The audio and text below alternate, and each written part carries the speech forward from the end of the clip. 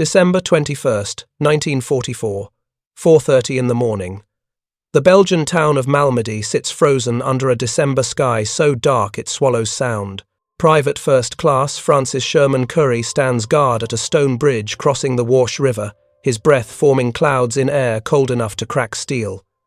His Browning automatic rifle rests against his shoulder. He's 19 years old. Somewhere in the darkness beyond the bridge, he hears it. The low mechanical growl of diesel engines.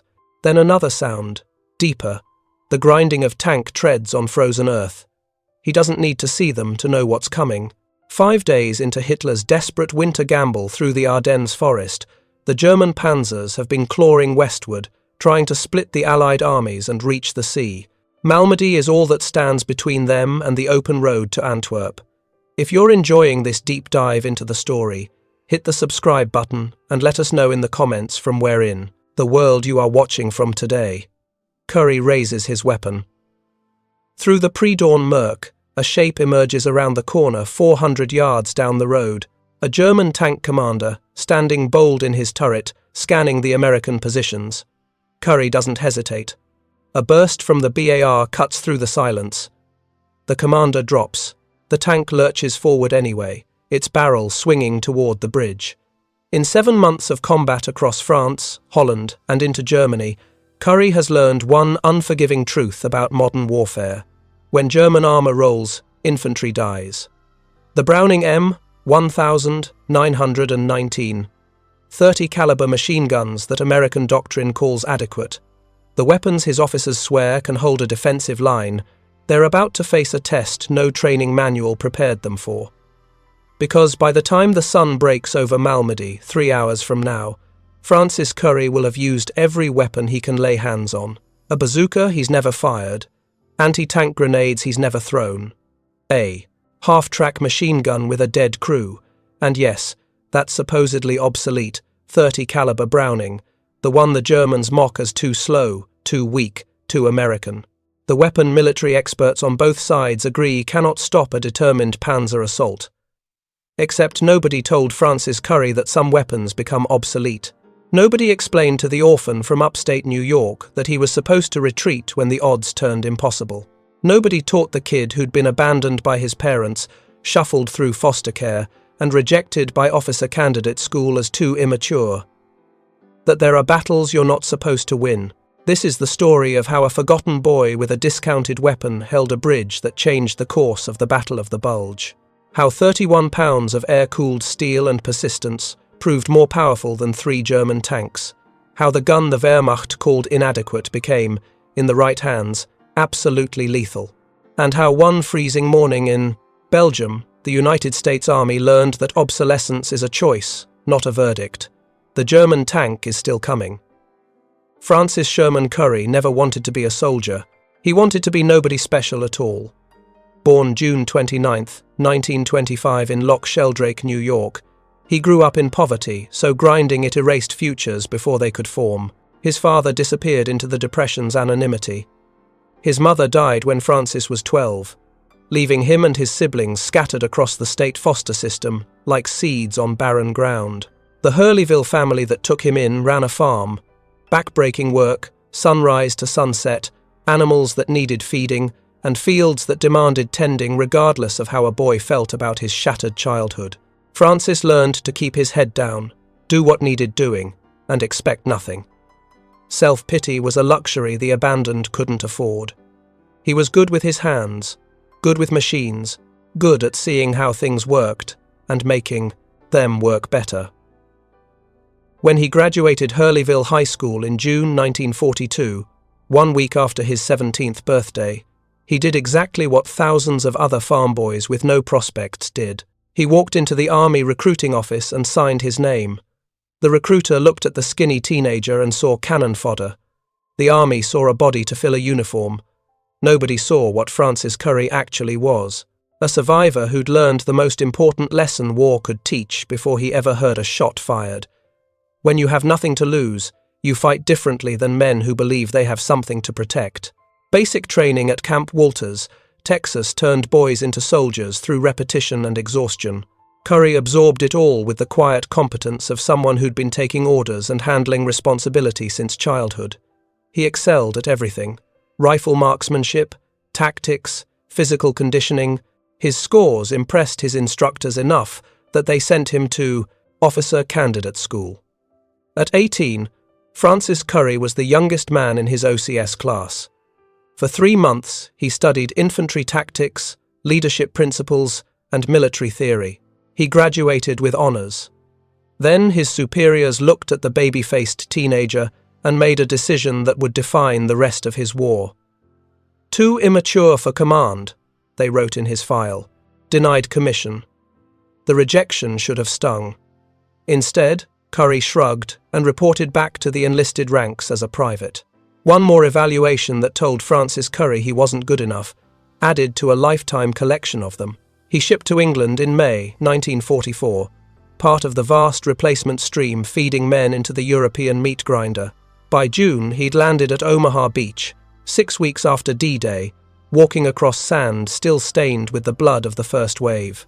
The 30th Infantry Division, the Old Hickory Division, was pushing through France toward Germany. They needed bodies. Curry joined Company K, 3rd Battalion, 120th Infantry Regiment in September near the German border. They gave him a Browning automatic rifle and assigned him to 3rd Platoon. The BAR was 20 pounds of selective firepower, fed by 20-round magazines, capable of putting out 550 rounds per minute. In the hands of someone who understood its quirks and limitations, it could change the course of a firefight. Curry understood it immediately: the weight distribution, the recoil pattern, how to manage the barrel heat, when to fire in short bursts versus sustained suppression. Farm work had taught him mechanical intuition. Foster care had taught him self-reliance. The army had taught him to kill efficiently. But they'd also taught him something else, something that would matter more than any weapon proficiency on the morning of December 21st. They'd trained him on every infantry weapon in the American arsenal: the M1 Garand, the M1919 Browning 30 caliber machine gun, the 50 caliber, the bazooka, mortars.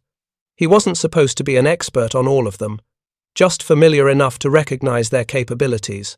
Francis Curry had paid attention to every detail: how to load them, clear them, fix them, fire them, how each weapon's ballistics worked, its effective range, its vulnerabilities. His instructors thought he was being thorough. Curry was being practical. He'd grown up understanding that the tool you needed might not be the tool you had. By December, Curry had survived 3 months of sustained combat through some of the most brutal fighting in the European theatre. The 30th Division had punched through the Siegfried Line, the layered German fortifications that had stopped Allied advances for weeks. They'd fought street by street through the German city of Aachen, the first major German city to fall to American forces. The fighting there was intimate and savage, building clearances at ranges measured in feet, not yards. Panzerfausts screaming down narrow streets, snipers in every window, artillery that brought whole structures down on friend and enemy alike. The 30th Division took 40% casualties taking Aachen. Francis Curry survived without a scratch. His platoon mates started calling him lucky. Curry didn't believe in luck. He believed in reading terrain, maintaining his weapon, and staying aware of everything around him every second. Luck was what people called skill they didn't understand. After Aachen, the division pushed into Belgium, chasing the retreating Wehrmacht through the rolling Ardennes forest. By mid-December, they'd liberated dozens of small Belgian towns and set up defensive positions along the German border. The brass told them the war was almost over. Germany was collapsing. They'd be in Berlin by spring. On December 16th, 1944, they learned how wrong intelligence could be. Hitler had scraped together 200,000 men and 1,000 tanks for one last massive counteroffensive. The plan was audacious and insane in equal measure. Punch through the thinly held American lines in the Ardennes, drive west to the Meuse River, capture Antwerp, and split the Allied armies in half. When the attack came, it came like thunder. The initial assault shattered American lines. Entire units were surrounded, captured, or simply disappeared in the chaos. German tanks and infantry poured through the gaps, driving west with a speed that shocked Allied commanders. Within 48 hours, the Germans had created a massive bulge in the American lines, capturing key crossroads and threatening to reach the Meuse. The 30th Division, battle-hardened and still relatively intact, was rushed south from their positions in Holland. They were thrown into the fight piecemeal, wherever the line was weakest. Company K ended up in Malmedy on December 19th. The town sat on the northern shoulder of the German breakthrough.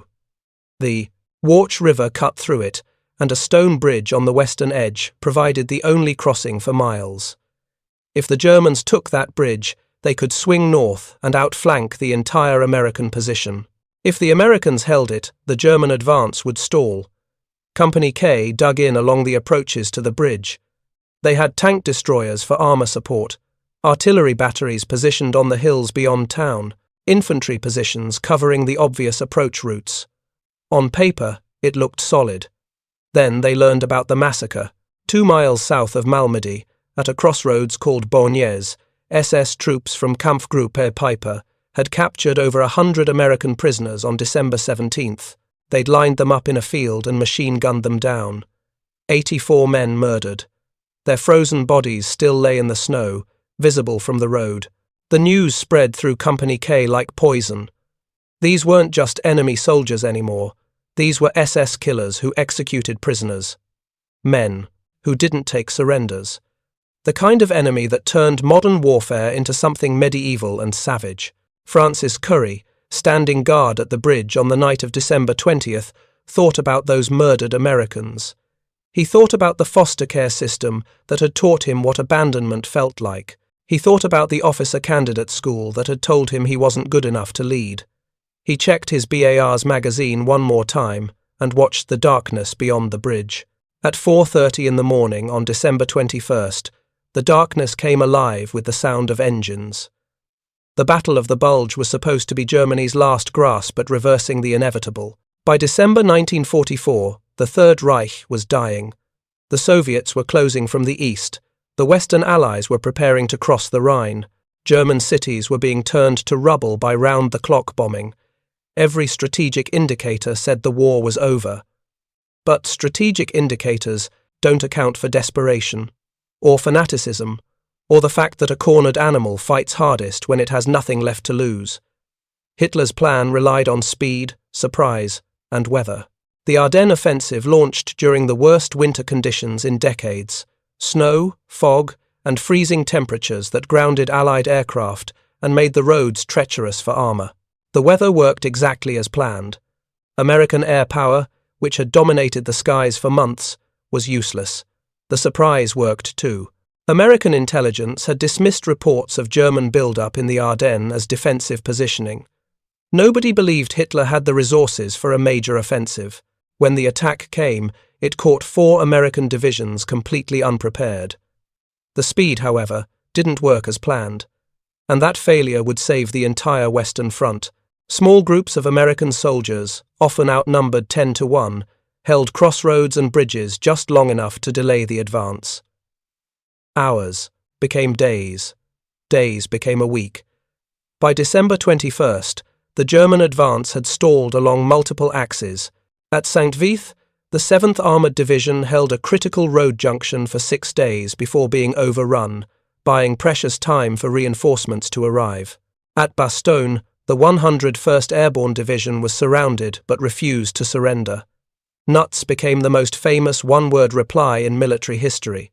And at Malmedy, Company K of the 30th Infantry Division held a bridge that controlled the northern approach to the American line.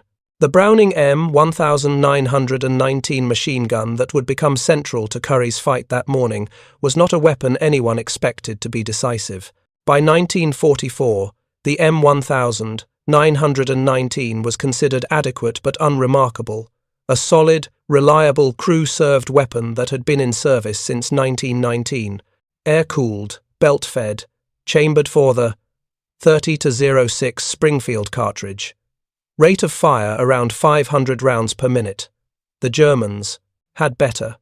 The MG-42, Hitler's buzzsaw, fired twice as fast. 1,200 rounds per minute, a rate so high the human ear couldn't distinguish individual shots. It sounded like fabric tearing or a saw cutting bone.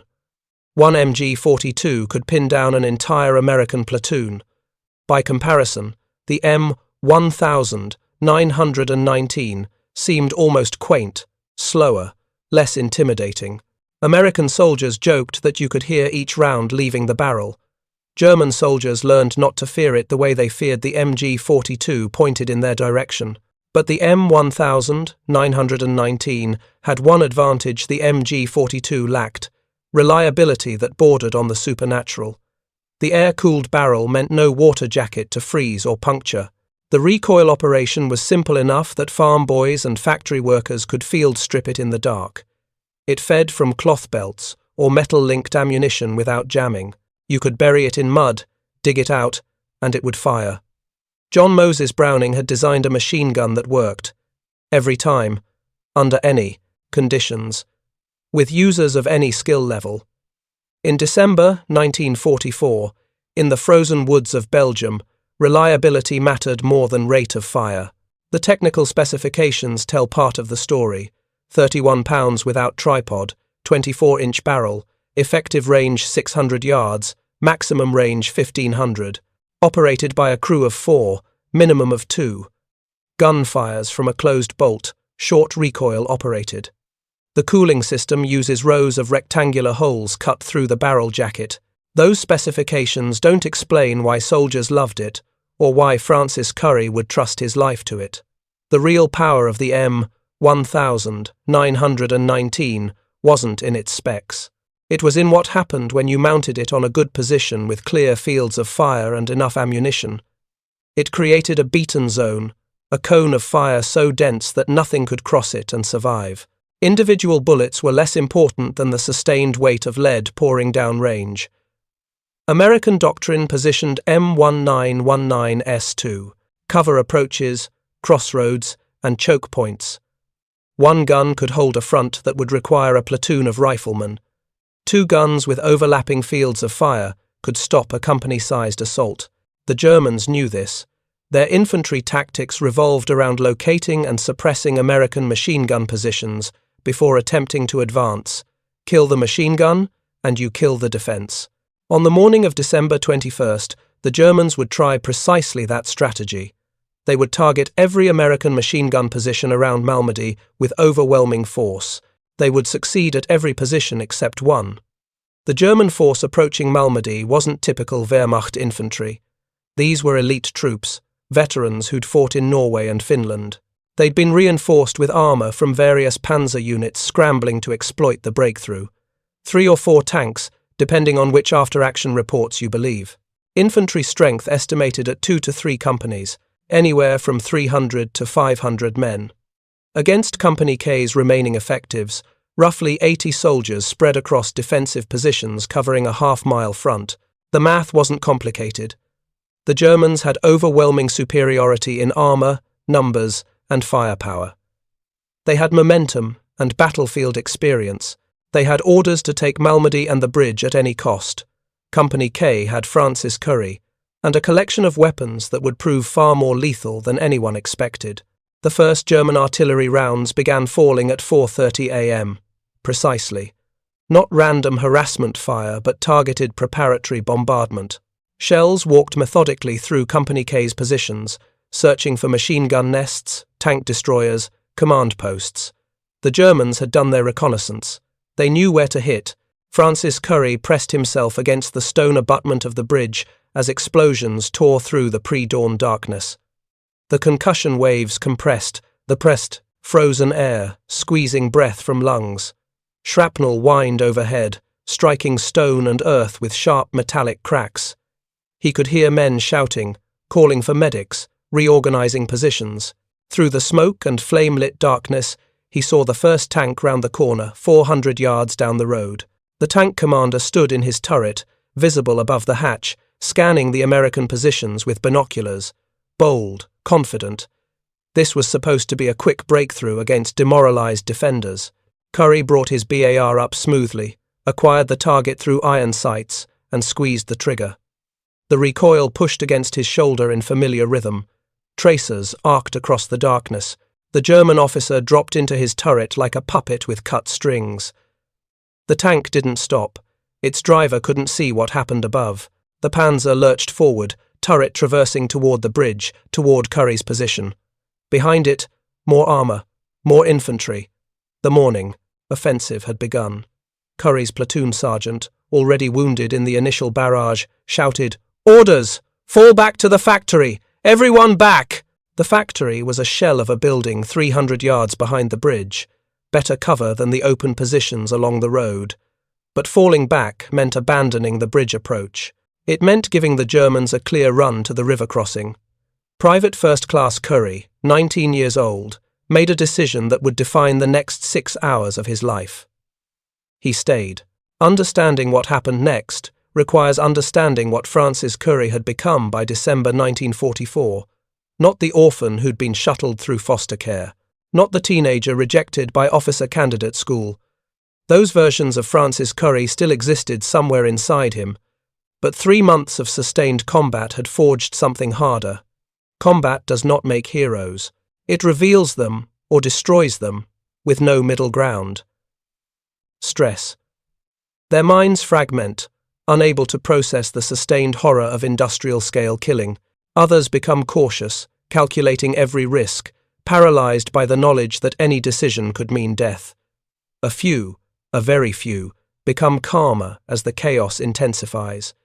Their thinking sharpens. Time seems to slow. They see angles and opportunities invisible to others, not because they're braver, but because fear stops clouding their judgment. Francis Curry was one of those men. As his platoon withdrew toward the factory, Curry watched the advancing German tank with analytical detachment. The Panzer was closing fast, 200 yards now. Its main gun could destroy the bridge with a few well-placed rounds. Behind it, German infantry were deploying into assault formation, using the armor as cover. Curry needed an anti-tank weapon. His bar could kill infantry all day but wouldn't scratch a Panzer's armor. He scanned the positions around him. One of the knocked-out tank destroyer crews had abandoned their vehicle 200 feet to his left, and next to it, miraculously intact, sat a bazooka.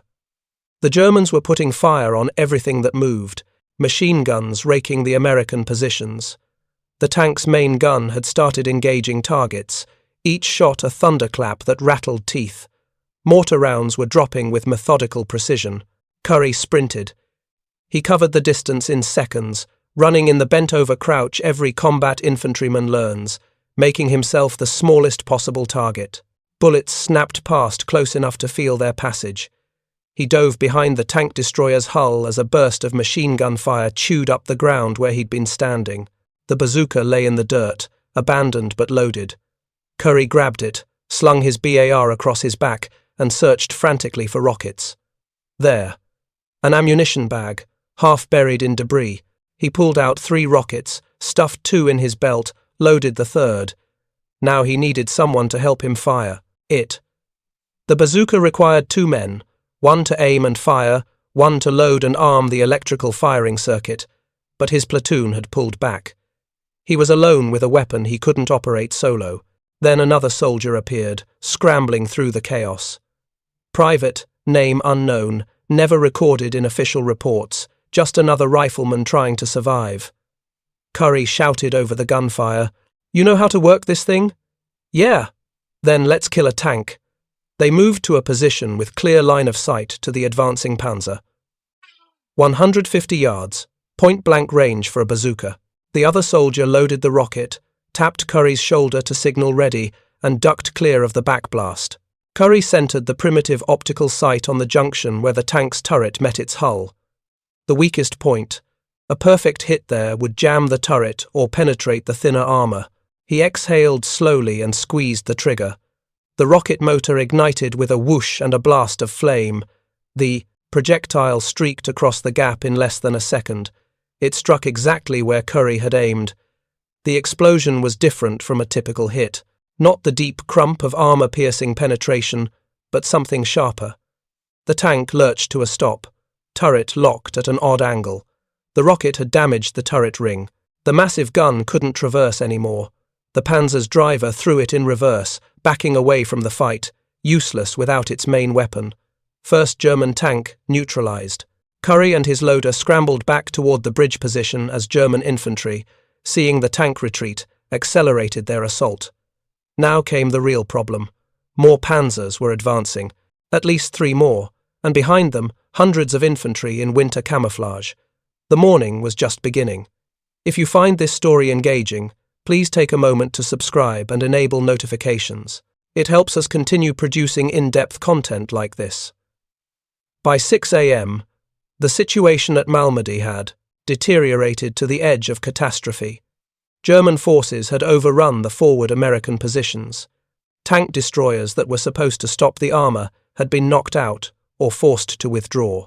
The prepared defensive line along the road had collapsed under sustained assault.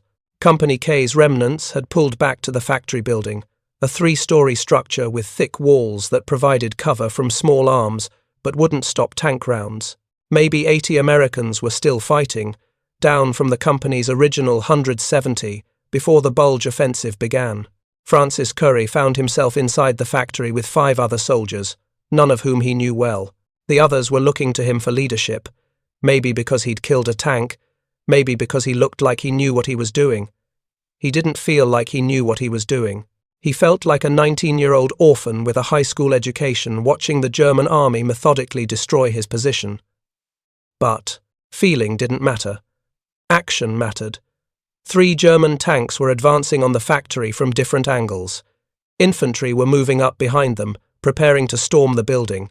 Once they got inside, it would be over. Room to room, fighting against superior numbers in a structure they'd already surrounded. Curry looked around the factory's ground floor. Abandoned equipment, debris. And there, against the far wall, another bazooka. Someone had left behind. "I need rockets," he said to the nearest soldier.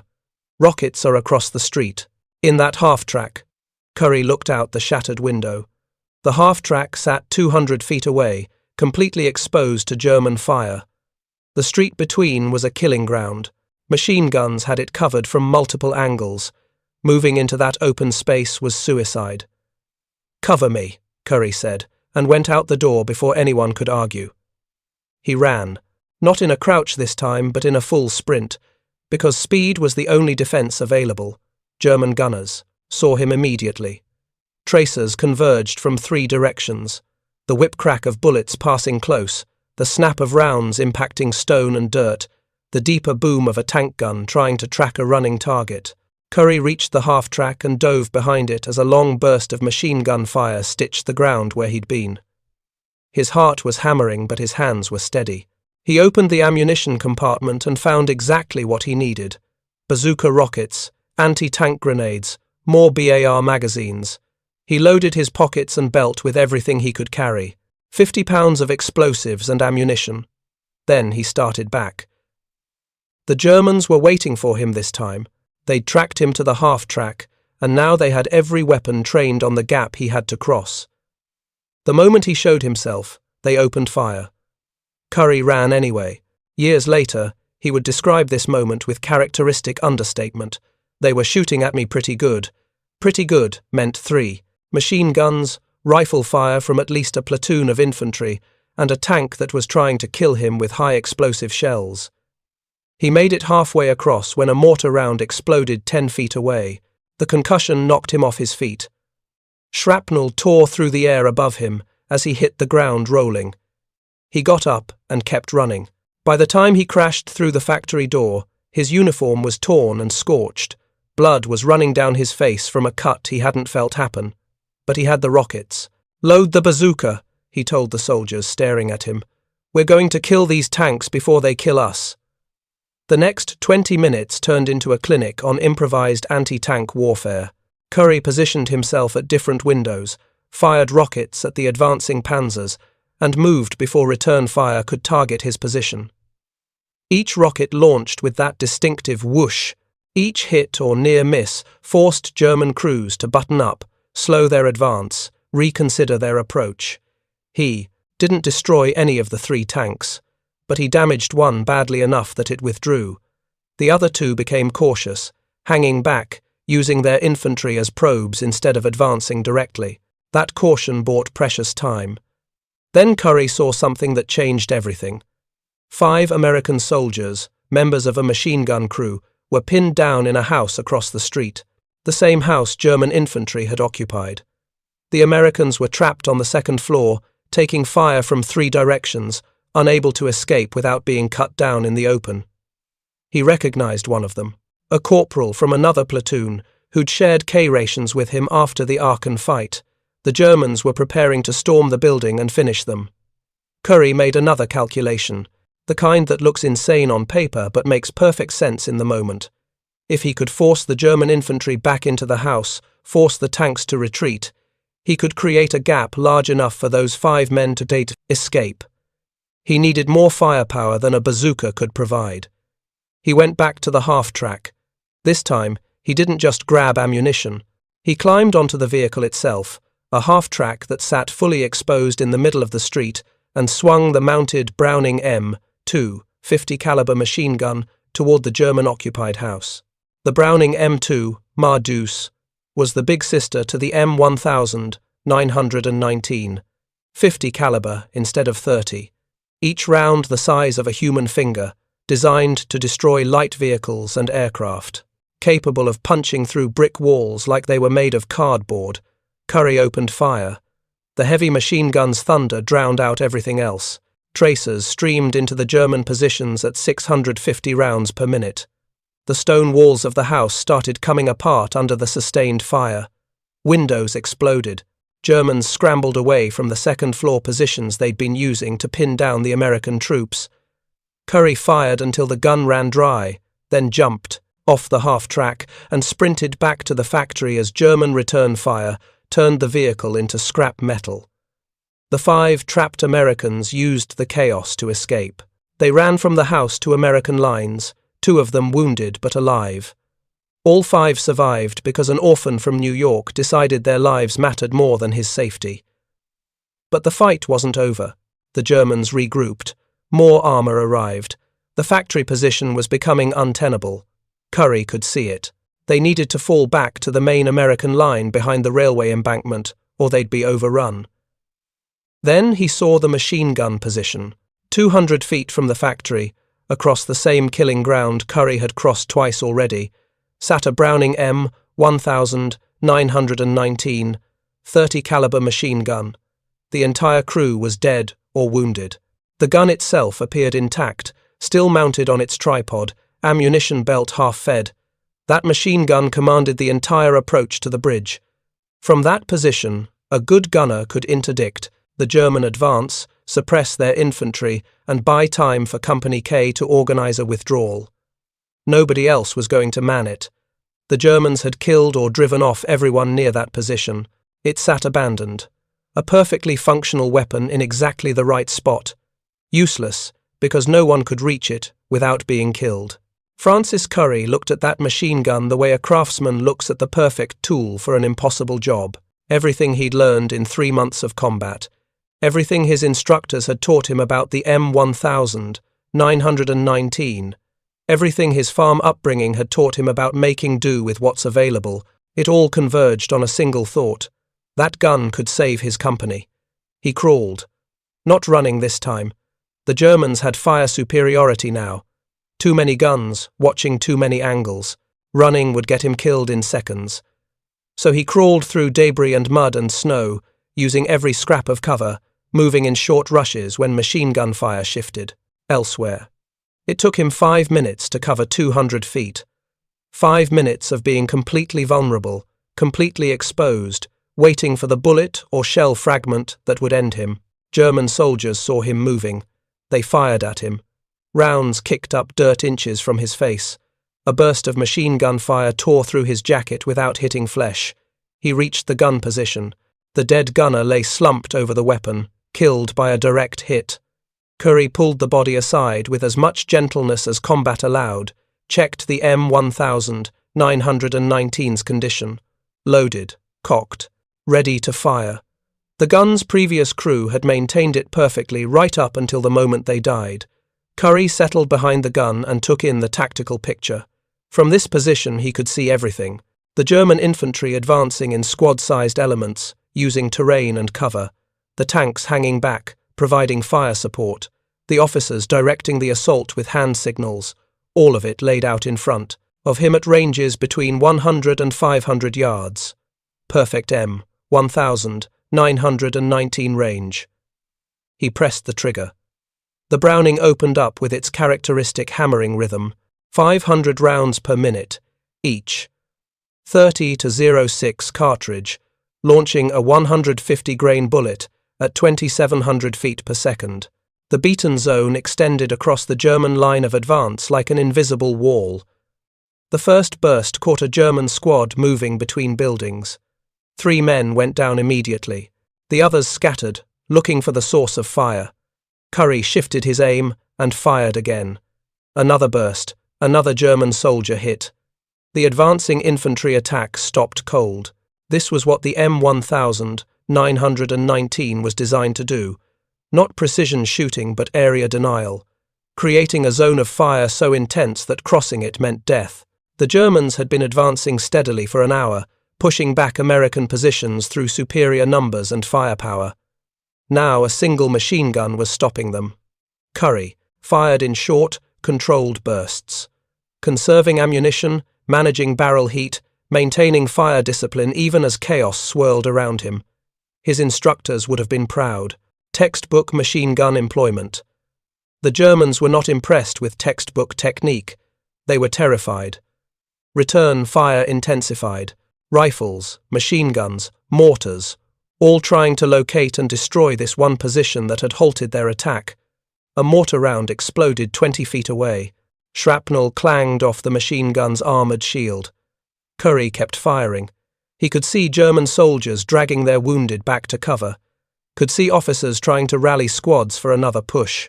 Could see the fear in their movements, the hesitation that comes from facing sustained, accurate fire. The M1919 wasn't obsolete. It wasn't inadequate.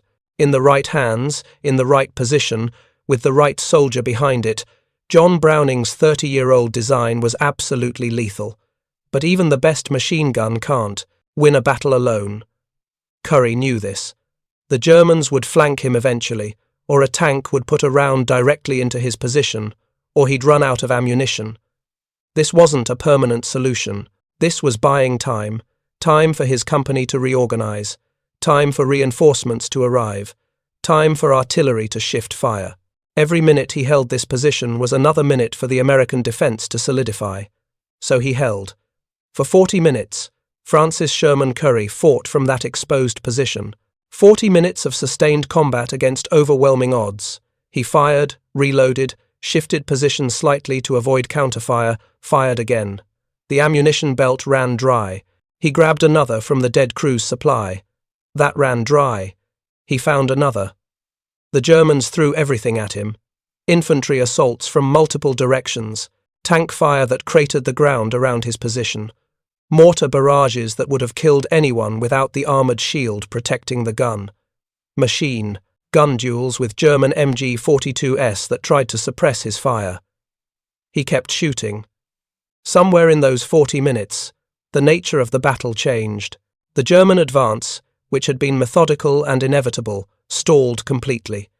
Their infantry wouldn't cross the ground, Curry's gun controlled. Their tanks wouldn't advance without infantry support.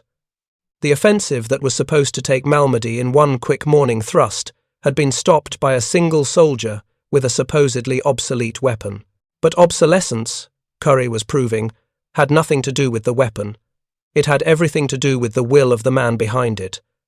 The Germans adapted. They always did. Elite troops don't stay elite by being stupid. If they couldn't advance through Curry's fire, they'd go around, flank him, surround the position, and destroy it from multiple angles. Curry saw them moving. Squad-sized elements peeling off from the main assault, working their way through buildings and terrain features to get angles on his position. Smart tactics. Professional soldiering. In 10 minutes they'd have him bracketed. The M1919's barrel was glowing red from sustained fire. His ammunition was running low. His position was about to be overrun. Time to move. Curry fired one last long burst to keep German heads down, then abandoned the gun position. He crawled back toward American lines through the same hellish ground he'd crossed to reach the machine gun.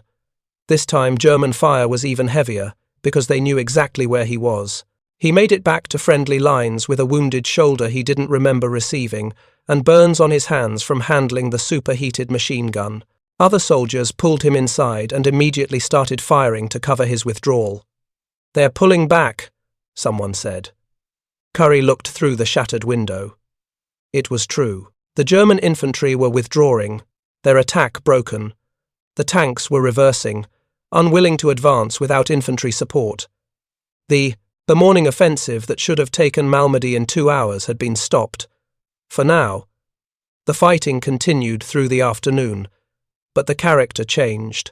The Germans probed, testing for weaknesses, but they didn't attempt another full assault. American reinforcements arrived, artillery support intensified. By nightfall, Malmedy was secure. Company K counted its casualties. 7 killed, 5 wounded from the morning action. Given the force that had attacked them, those numbers were miraculous. The position should have been overrun in the first hour. Instead, they'd held. Thank you for watching. For more detailed historical breakdowns, check out the other videos on your screen now, and don't forget to subscribe.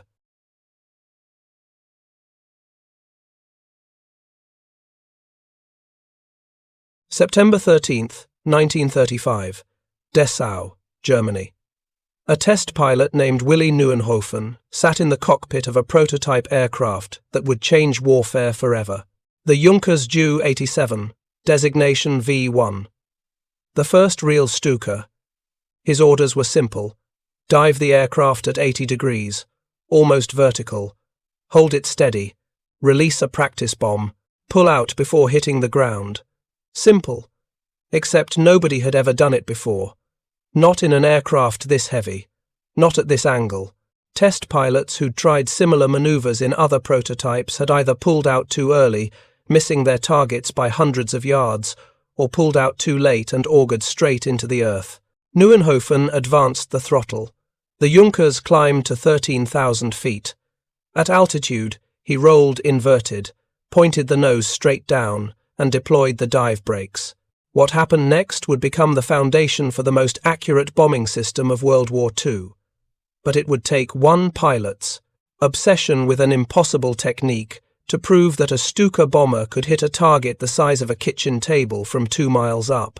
This is the story of how German pilots perfected a method so precise, so terrifying, that it could place a 1,000-pound bomb within 30 feet of any target, and how that precision would make the Stuka the most feared aircraft of the early war. But to understand the revolution, you have to understand the problem. In 1931, a German WWI fighter ace named Ernst Udet was visiting Cleveland, Ohio. He wasn't there for the weather. He was there for the national air races, and what he saw changed his life. US Navy pilots were demonstrating dive-bombing techniques with Curtiss F-11C Goshawk biplanes. Udet watched as American pilots rolled their aircraft into near-vertical dives, screaming toward targets on the ground, releasing bombs at the last possible second, then pulling up so hard the aircraft shuddered under 6 or 7 G-forces.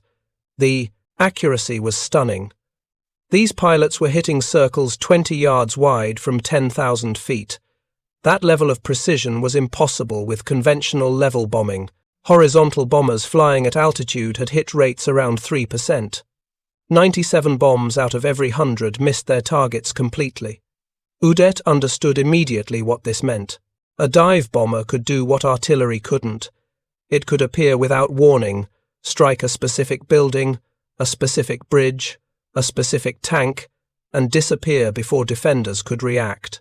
It was flying artillery, mobile, precise, devastating. He approached the Curtiss representatives after the demonstration. "I want to buy one," he said. They quoted him $14,000. Udet didn't have $14,000. He was a stunt pilot. But he knew someone who did. Hermann Goering. Udet called Germany. "I've found something you need to see," he told Goering. "But I need money. A lot of money." Goering, who was building Hitler's new Luftwaffe in secret, asked one question. "Will it win battles?" "It will win wars," Udet replied. By September of 1933, Udet had purchased 2 Curtiss Hawks with German government funds. He shipped them to Germany and immediately began demonstration flights for Luftwaffe commanders. The demonstrations were spectacular. Udet would climb to altitude, roll inverted, pull the stick back, and drop into a screaming vertical dive that made observers' stomachs clench. At 3,000 feet, he'd release a practice bomb. At 1,500 feet, he'd haul back on the stick with both hands. The Curtiss would groan, the wings would flex, and the aircraft would level out at treetop height with the practice bomb detonating directly on target. Observers were convinced. But there was a problem. The Curtiss Hawk was an American aircraft, a biplane, already becoming obsolete. Germany needed its own dive bomber, something purpose-built, something that could carry heavier bombs, absorb more punishment, and dive even steeper. The Reichsluftfahrtministerium, the German Aviation Ministry, issued specifications. Multiple companies submitted designs: Arado, Heinkel, and Junkers. Junkers' chief designer, Hermann Pohlmann, took a radical approach. Most aircraft designers were obsessed with speed and maneuverability. Pohlmann was obsessed with one thing: structural strength. A dive bomber had to survive forces that would tear apart conventional aircraft. It had to pull out of near-vertical dives while carrying heavy bomb loads. It had to be simple enough that average pilots could fly it, rugged enough to operate from improvised airfields, and accurate enough to hit targets smaller than a tennis court. Pohlmann's design was deliberately ugly: inverted gull wings that gave the fixed landing gear clearance, a massive, angular airframe that looked more like a flying tractor than a sleek fighter. Critics called it crude. Pohlmann called it robust. But the key, innovation, wasn't the airframe. It was the dive brakes. Most aircraft of that era had no way to control speed in a dive. Gravity plus engine power meant you accelerated constantly. By the time you reached bombing altitude, you were going so fast that aiming was impossible. You'd flash past your target in a fraction of a second. Even if you released your bomb perfectly, the aircraft's momentum would carry it hundreds of yards past the target. Pohlmann solved this with perforated plates under each wing. When deployed, they created massive drag, acting like air brakes on a car. The Stuka could dive at 80 to 90 degrees, almost straight down, while maintaining a constant speed between 310 and 370 miles per hour. Constant speed meant predictable bomb trajectory. Predictable trajectory meant accuracy. If you're enjoying this deep dive into the story, hit the subscribe button and let us know in the comments from where in the world you are watching from. Today, the first flight tests in 1935 proved the concept. But proving the concept and perfecting the technique were two entirely different things. This is where the story gets interesting, because the pilot who would eventually perfect the Stuka's capability to hit targets within 30 feet wasn't a natural. He was, by his own admission, terrible at it. His name was Hans Ulrich Rudel. Rudel was born in July of 1916 in Konradswaldau, a small town in Silesia. His father was a Lutheran minister. Rudel grew up disciplined, athletic, fanatically focused on physical fitness. He didn't drink, didn't smoke, trained obsessively.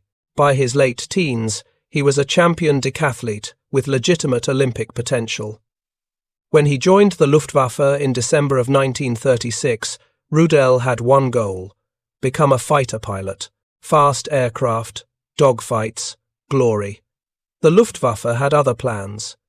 During basic training, Rudel's instructors noted his excellent physical condition, his absolute refusal to quit under any circumstance. But they also noted something else. He couldn't dive bomb to save his life. Dive bombing required a specific kind of precision. You had to judge altitude by eye. You had to account for wind, aircraft speed, bomb ballistics, and target movement. You had to make split-second decisions while pulling multiple Gs, while the blood drained from your brain, while your vision tunneled and everything in your body screamed that you were about to die. Rudel failed repeatedly. During training exercises in 1938, his instructors rated him unsuitable for combat flying. He was assigned to aerial reconnaissance instead, observer duties. No combat, no glory, just sitting in the back seat taking photographs. Rudel was devastated, but he didn't quit. When Germany invaded Poland in September of 1939, Rudel flew reconnaissance missions. He watched Stuka units from a distance, saw them diving on Polish positions, saw the devastation they caused, and he kept requesting transfer to dive bomber squadrons. His commanding officers kept saying, "No, you're not qualified, you failed the training, stay in reconnaissance." Rudel kept asking. For 8 months, he submitted formal requests every single week. Finally, in May of 1940, worn down by Rudel's persistence, the Luftwaffe sent him back to dive bomber school. This time, Rudel approached it differently. He'd spent 8 months watching Stuka attacks. He'd seen what worked and what didn't. He'd analyzed the technique from every angle. Now he just had to execute. The problem was the dive itself. Most pilots would roll inverted at altitude, pull back on the stick, and let gravity do the work. The aircraft would accelerate constantly. By the time they reached bomb release altitude, around 4,500 feet, they'd be going too fast to aim properly. Rudel realized the key was the dive brakes. Not just deploying them, but deploying them at exactly the right moment. Too early, and you'd slow down too much, giving anti-aircraft gunners more time to track you. Too late, and you'd be going too fast to aim. The sweet spot was deploying them immediately after rolling inverted. The dive brakes would bite into the air, creating massive drag. The aircraft would settle into a controlled descent at a constant 350 miles per hour, steady, predictable. But even at constant speed, Rudel discovered another problem. At 80 degrees, you're essentially falling straight down. The target appears to rush upward at you. Your brain, trained by millions of years of evolution to avoid falling to your death, floods your system with panic hormones. Your hands shake, your vision narrows, every instinct screams, "Pull up now." Rudel developed a technique to counter this. He would focus on a reference point on the Stuka's canopy, a small mark etched into the glass. By keeping that mark aligned with the target, he could maintain the perfect dive angle without consciously thinking about it. His brain could focus on one simple task: keep the mark on the target. At 4,800 feet, a contact altimeter would flash a light. This was the 4-second warning. In 4 seconds, at current speed and trajectory, the Stuka would reach bomb release altitude. Rudel would watch the target through that etched mark, steady, breathing, ignoring the ground rushing up at 350 miles per hour. At 4,500 feet, a horn would sound. Release. Now. Rudel would press the bomb release. The 1,000-pound bomb would swing out on its cradle mechanism, clearing the propeller.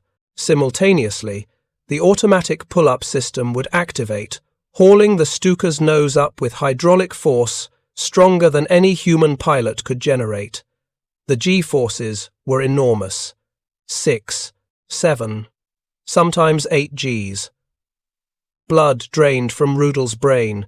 His vision would grey out. Sometimes he'd black out entirely for a second or two.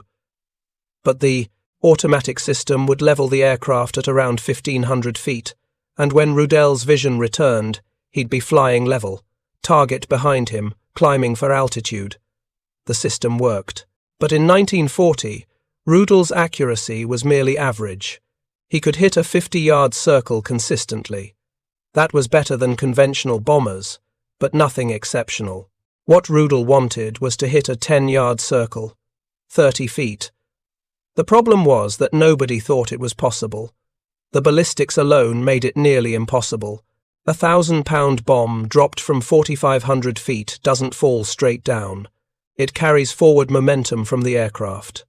Wind affects it, air density affects it, even temperature affects the fuse timing. Rudel became obsessed. During training flights, he would attack the same practice target repeatedly, noting where each bomb landed. Too far left. Adjust. Too far right. Adjust. He filled notebooks with calculations. Dive angle. Release altitude. Aircraft. Speed. Wind direction. Temperature. Barometric pressure. Other pilots thought he was crazy. Why obsess over a few yards? Bombs were big. Targets were big. Close enough was good enough. But Rudel understood something they didn't. In real combat, targets wouldn't be large formations. They'd be individual tanks, individual artillery pieces, individual bunkers. A bomb that landed 30 yards from a tank did nothing. A bomb that landed 30 feet from a tank destroyed it completely. The breakthrough came during a training exercise in June of 1941, just before Operation Barbarossa, the invasion of the Soviet Union. Rudel was attacking a practice target, a wooden mock-up of a Soviet tank. He rolled inverted, deployed dive brakes, aligned his reference mark, watched the contact altimeter flash, listened for the horn. But this time, at the last possible instant, he made a tiny adjustment, a fraction of a degree, a split-second delay on the release. The practice bomb hit 6 feet from the target. Rudel circled around. He tried again. Same adjustment. The bomb hit 4 feet away. Again. 2 feet. On the 4th attempt, the bomb landed directly on the wooden mock-up, obliterating it. Rudel had found it. The exact combination of dive angle, speed, and release timing that would put a bomb exactly where he wanted it. The technique required absolute precision, no room for error. But it worked. He practiced for 3 more weeks. By the time Germany invaded the Soviet Union on June 22, 1941, Rudel could consistently place bombs within a 30-foot radius. He'd gone from unsuitable for combat to the most accurate dive bomber pilot in the Luftwaffe. But knowing how to do something in training and proving it in combat were entirely different things. Rudel's first combat mission came on June 23, 1941. The target was a Soviet supply depot near the border. He rolled his Stuka inverted at 13,000 feet, deployed the dive brakes, and began the descent. Everything he'd practiced, every calculation, every tiny adjustment, it all came together. The bomb hit within 20 feet of the depot's main building. The building collapsed. Secondary explosions ripped through stored ammunition. Rudel pulled up, circled, and watched Soviet soldiers scatter like ants from a destroyed hill. His rear gunner, Erwin Henschel, was shouting through the intercom, "Direct hit! Direct hit!" Rudel said nothing. He was already scanning for the next target.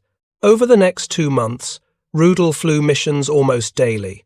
Bridges, artillery positions, supply columns. Every mission, he refined his technique further. He discovered that slight variations in altitude affected accuracy more than wind. He learned to account for the Stuka's weight distribution as fuel burned off.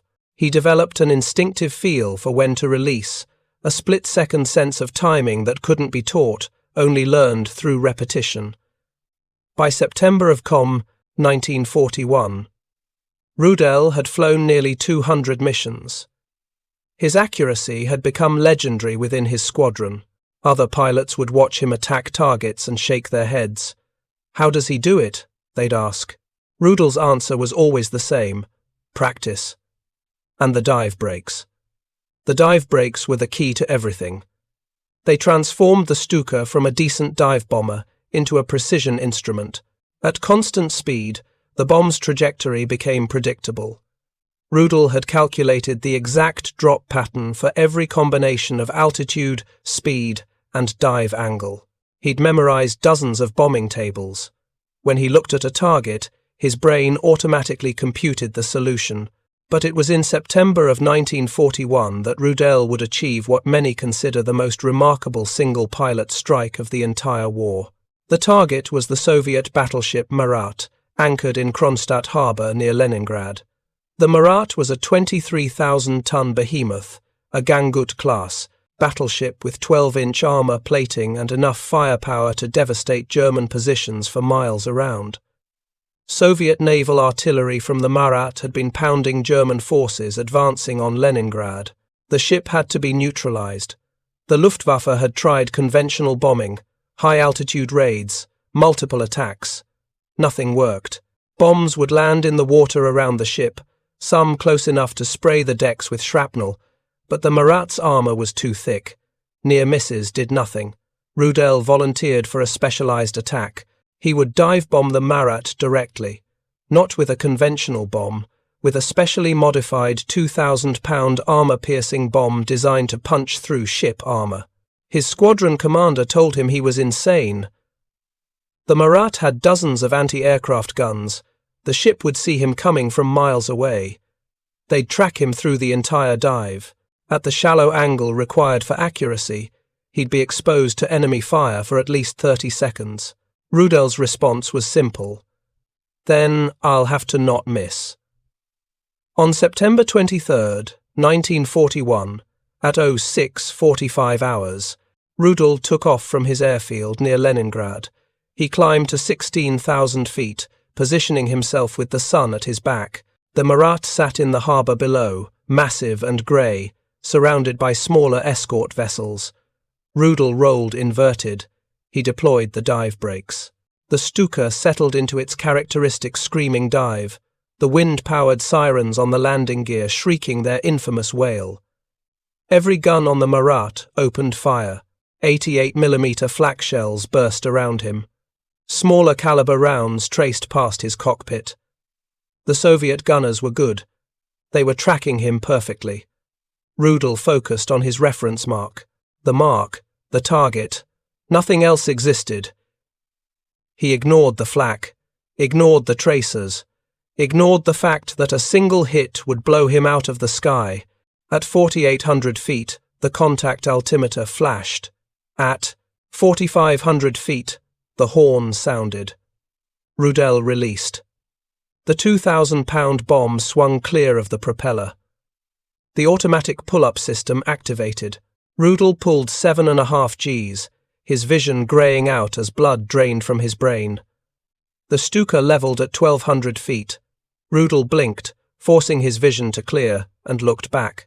The bomb hit the Marat's forward deck, between the first and second turret. For a fraction of a second, nothing happened. Then, the armour-piercing warhead detonated inside the ship. The explosion was catastrophic. The forward magazine cooked off. The entire bow of the Marat erupted in a column of fire and smoke that rose 300 feet into the air. The blast wave flipped smaller boats in the harbour. Windows shattered in buildings 2 miles away. When the smoke cleared, the Marat's bow was gone. Just gone. The forward third of the ship had been obliterated. 326 Soviet sailors were dead. The ship settled onto the Taints, harbour bottom in shallow water, listing heavily to port, completely out of action. 1 bomb, 1 pilot. One of the most successful single aircraft strikes in naval history. Rudel returned to base. His commanding officer was waiting on the runway. "Did you hit it?" the commander asked. Rudel pointed to the column of black smoke visible on the horizon, miles away.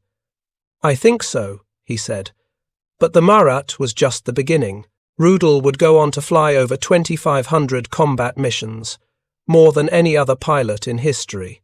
And it was during the massive tank battles on the Eastern Front that his precision bombing technique would prove most valuable. In 1943, the Stuka's role evolved. The Ju-87G variant was introduced, equipped with 2 37mm cannons under the wings for anti-tank work. Rudel helped develop the tactics for this configuration. The cannons were devastating against Soviet armour, but they required even more precision than bombs. A tank is a small target, maybe 20 feet long, 10 feet wide. From the air, it looks like a toy. To hit one with cannon fire while diving at 300 miles per hour required adjustments in fractions of degrees. Miss by a few feet, and you've wasted ammunition. Hit perfectly, and you could punch a hole straight through the thinnest part of the tank's armor. Rudel adapted his dive-bombing technique for strafing runs. He would dive at 60 degrees instead of 80, giving him more time to aim the cannons. He'd deploy the dive brakes to maintain constant speed, exactly as he'd done with bombing. At 800 yards, he'd open fire.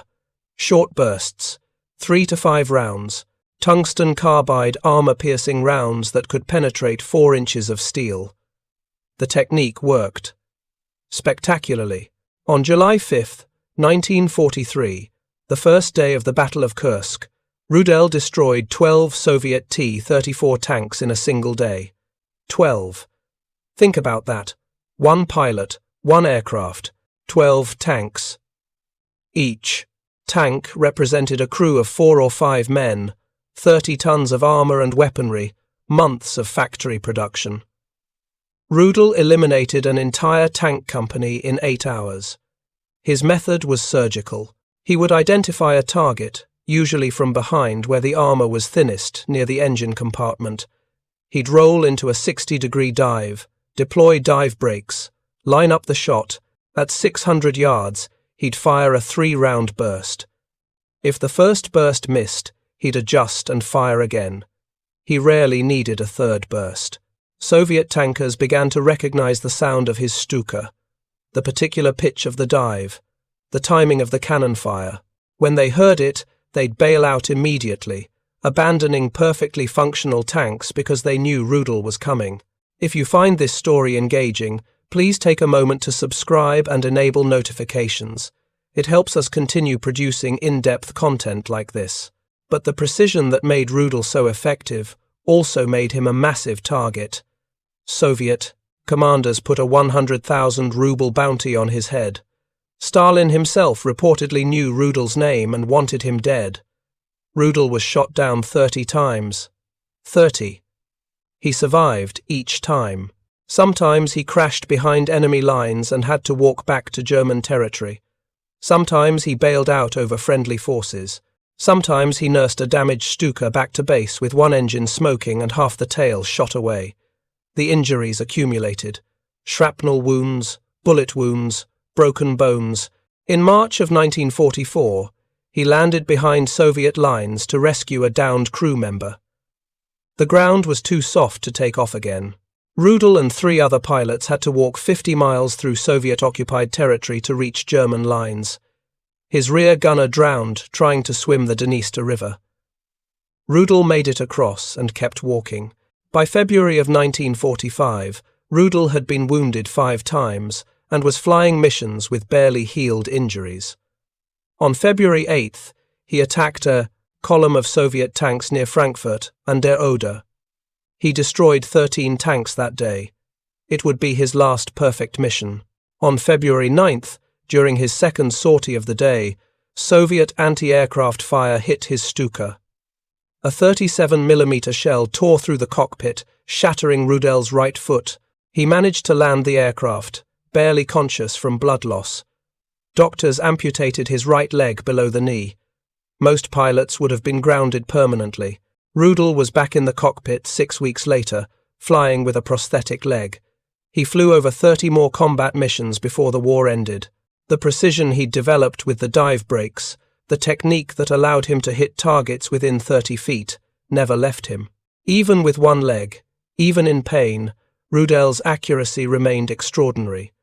But Rudel's story, while remarkable, is inseparable from the larger story of the Stuka and its impact on warfare.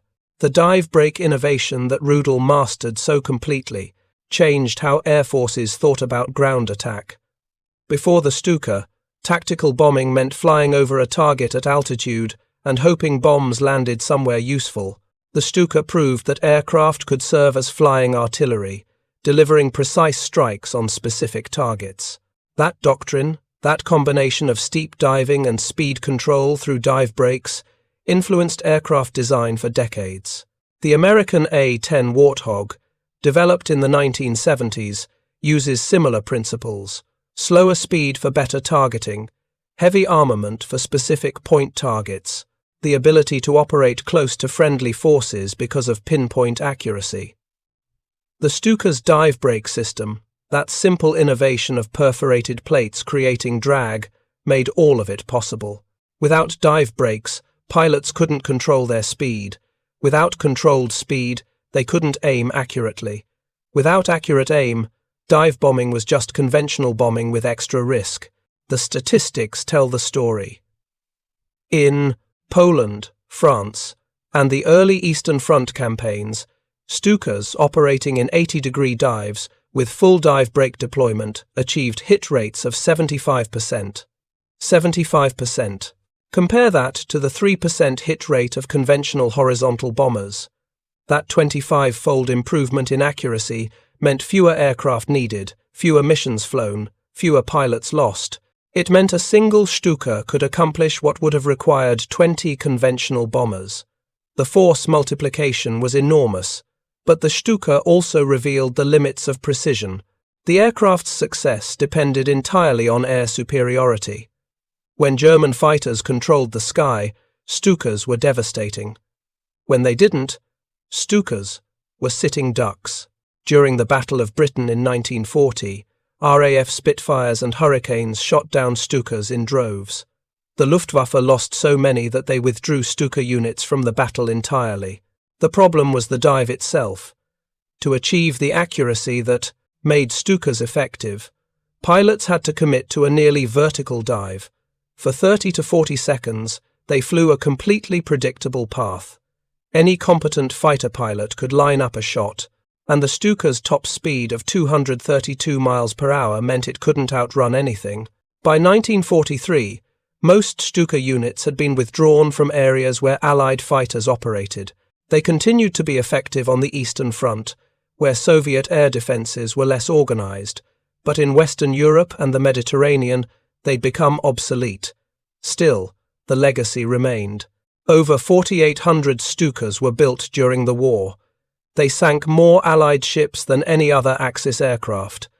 They destroyed thousands of tanks, artillery pieces, and fortified positions, and they terrified a generation of soldiers with the distinctive scream of their sirens and the knowledge that when a Stuka dove, something was about to be obliterated. The sound alone was psychological, warfare. The wind-powered sirens mounted on the landing gear, nicknamed Trumpets of Jericho, created a howling wail that could be heard for miles. Ernst Udet had personally ordered them installed. The sirens served no tactical purpose, they just made noise. But that noise was unforgettable.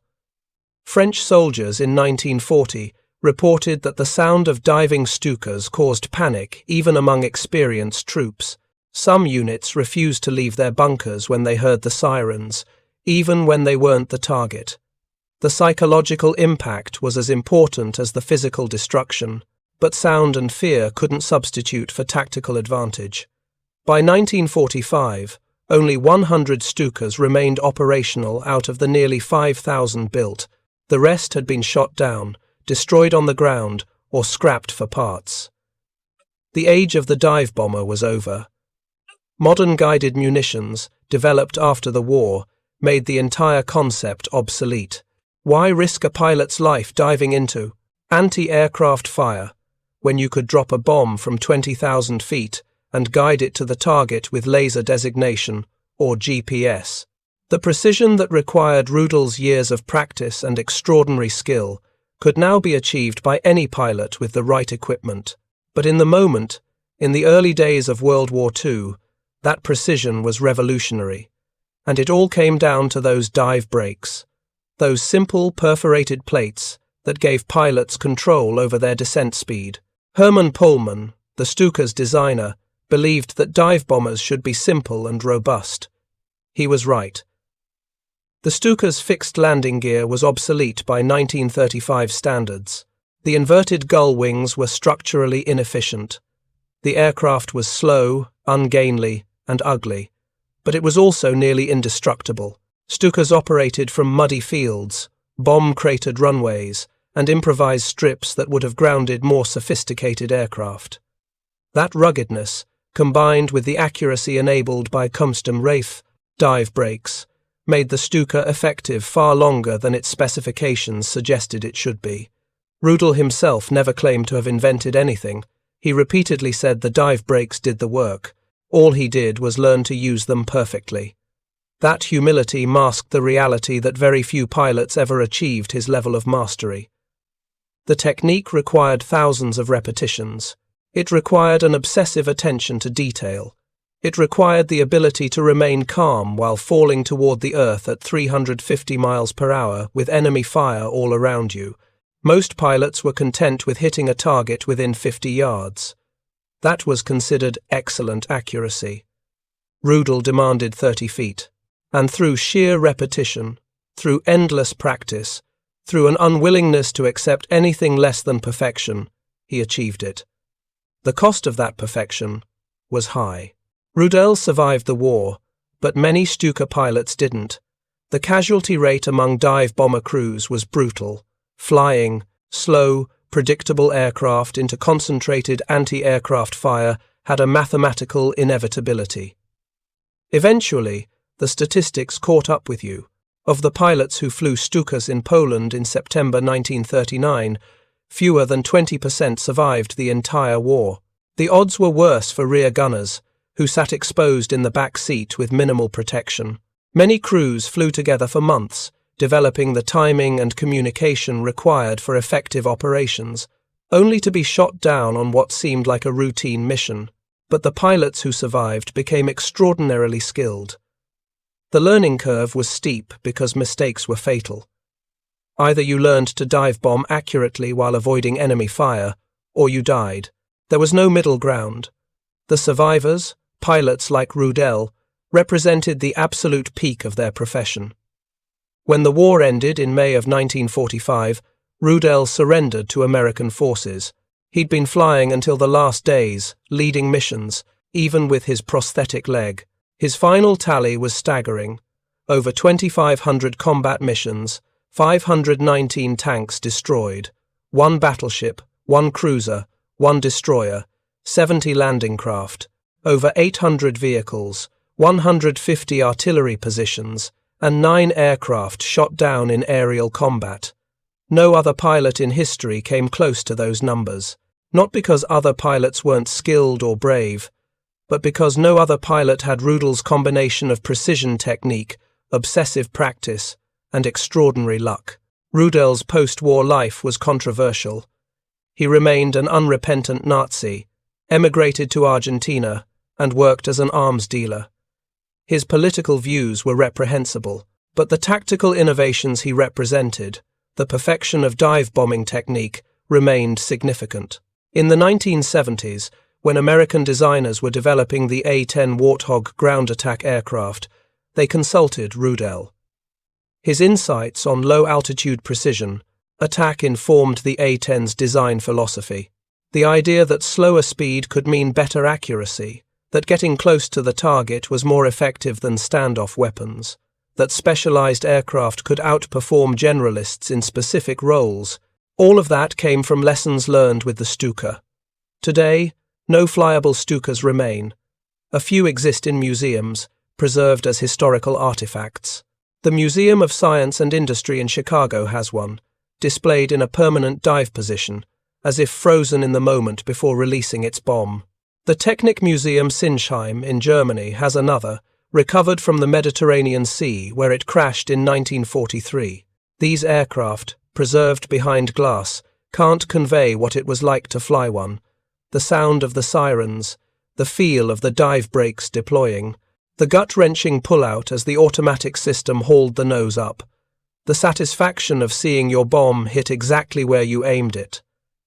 That experience died with the pilots, who flew them. Rudel was one of the last, dying in 1982 at age 66. With him went the living memory of what it took to master the Stuka's dive brake system, to achieve that 30-foot accuracy, to become the kind of pilot who could hit a specific tank in a column of 20 while diving at 350 miles per hour through anti-aircraft fire. The technique itself wasn't magic. It was physics and practice, The dive brakes created constant speed. Constant speed created predictable trajectories. Predictable trajectories allowed precise aiming. And precise aiming, repeated thousands of times with obsessive attention to detail, created the most accurate bombing system of the early war. But knowing how it worked and being able to do it were entirely different things. Thousands of pilots flew Stukas. Only a handful achieved Rudel's level of accuracy. The difference wasn't intelligence or physical ability. It was patience, the willingness to practice the same, dive 1,000 times, making tiny adjustments, recording every result, building an instinctive understanding of exactly how the aircraft and bomb would behave in any given situation. That kind of mastery can't be taught from a manual. It can only be earned through repetition. And in warfare, where repetition means risking your life again and again, very few people achieve it. The Stuka proved that precision matters more than numbers, that one accurate bomb is worth 20 near misses, that an aircraft doesn't need to be fast or sophisticated if it can reliably hit what it aims at, and that simple innovations, like perforated plates acting as dive brakes, can change the fundamental nature of aerial warfare. The legacy of those dive brakes lives on in every precision-guided munition, every smart bomb, every drone strike that hits a target within meters of the aim point. The technology has changed. The principle hasn't. Accuracy multiplies force. Precision reduces collateral damage. The ability to hit exactly what you're aiming at is worth more than the ability to drop 1,000 bombs randomly. Rudel understood this in 1941. So did Hermann Pohlmann when he designed those dive brakes in 1935. And so did Ernst Udet when he watched American pilots dive bombing in Cleveland in 1931 and realized he was seeing the future of tactical aviation. The Stuka was crude, ugly, slow, obsolete before the war was half over. But for a brief window in history, it was the most accurate bomber in the world. And that accuracy, made possible by dive brakes and perfected by pilots like Rudel, changed how wars were fought. The farmhouses in France, where German troops sheltered, the tanks on the Eastern Front that Soviet crews abandoned when they heard that particular scream, the ships in harbours that couldn't maneuver fast enough to avoid a bomb falling straight down, all of them learned what it meant to face an aircraft that could put ordnance within 30 feet of any target. That was the revolution. Not the aircraft itself, but what it could do. And what it could do was only possible because of one simple innovation: dive brakes that let pilots control their speed during the most dangerous 30 seconds of their lives. Thank you for watching. For more detailed historical breakdowns, check out the other videos on your screen now, and don't forget to subscribe.